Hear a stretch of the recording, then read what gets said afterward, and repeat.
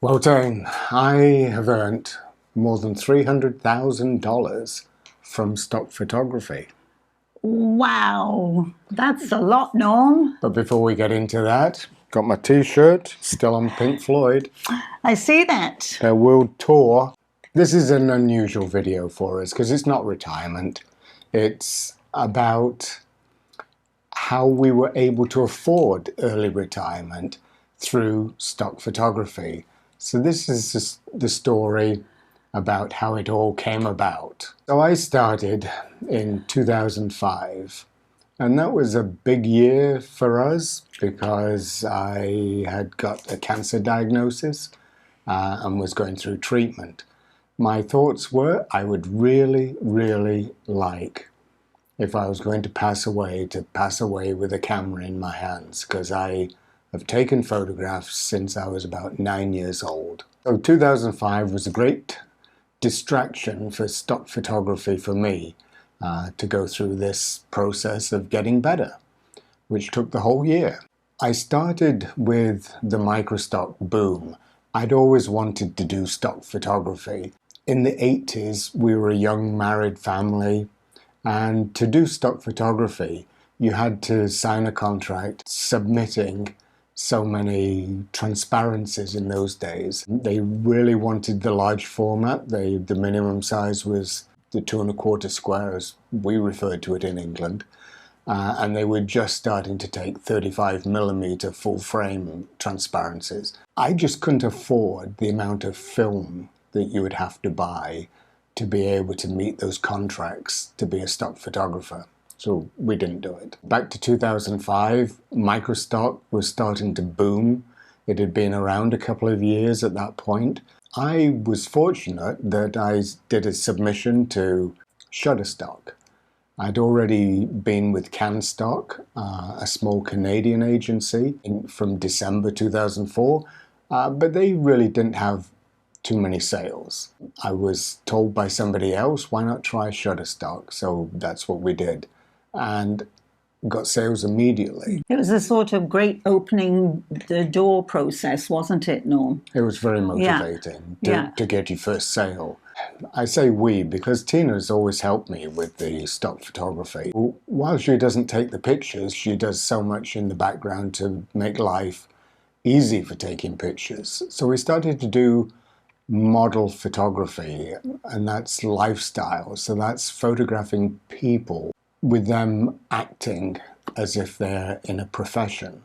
So Tina was able to get some models. Yeah, I think that was great because actually the place that I worked at the time, there was a lot of younger models that were so excited when I asked them and said, hey, would you like to do some lifestyle modeling for us? They were thrilled, weren't they?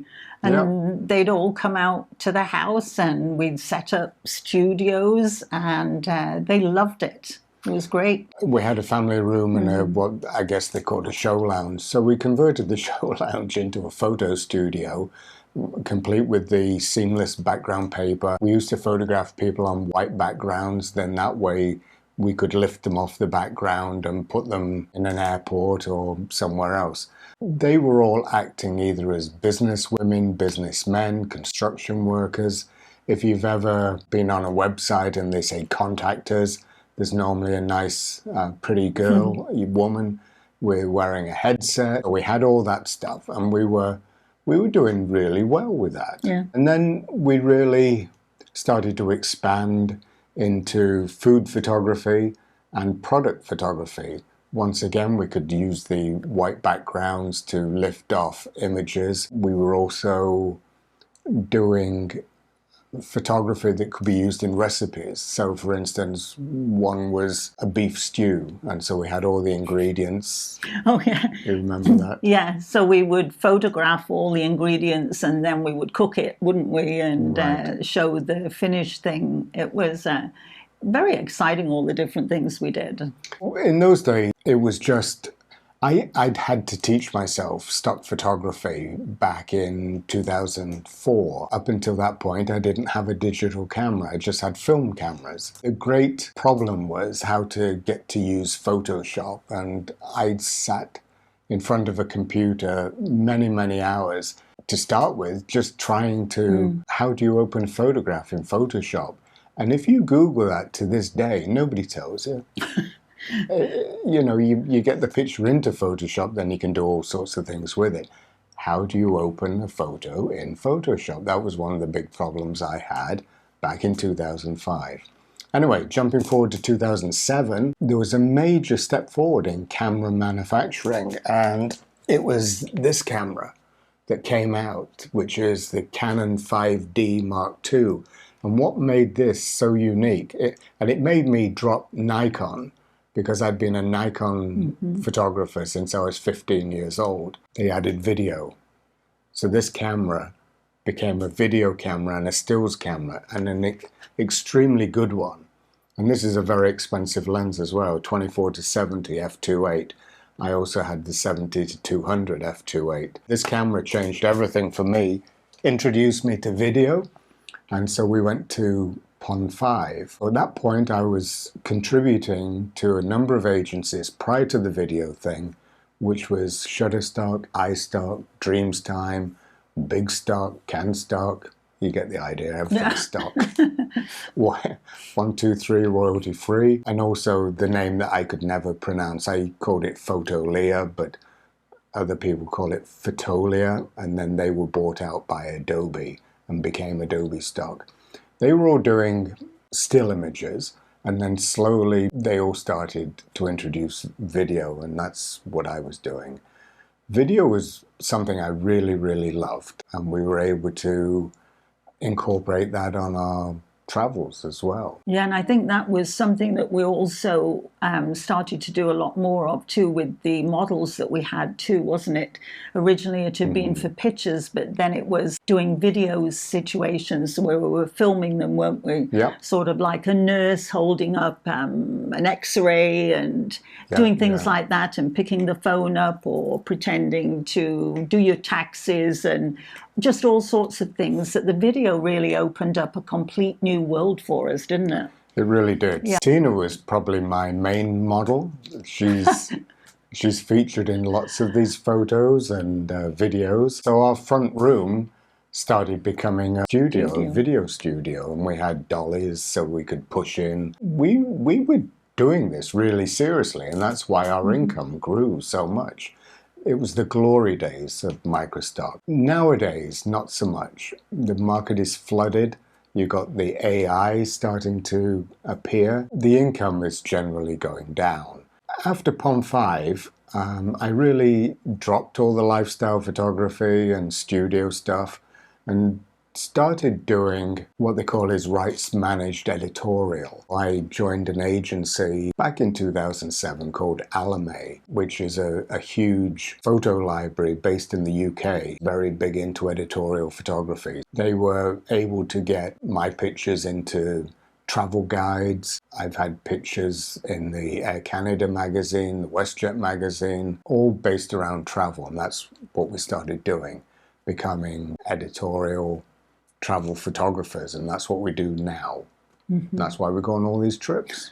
It is. And at the time, remember, our nearest airport was Ottawa, and we didn't have quite as many choices, did we? So that was something that we took in a big consideration when we moved down here.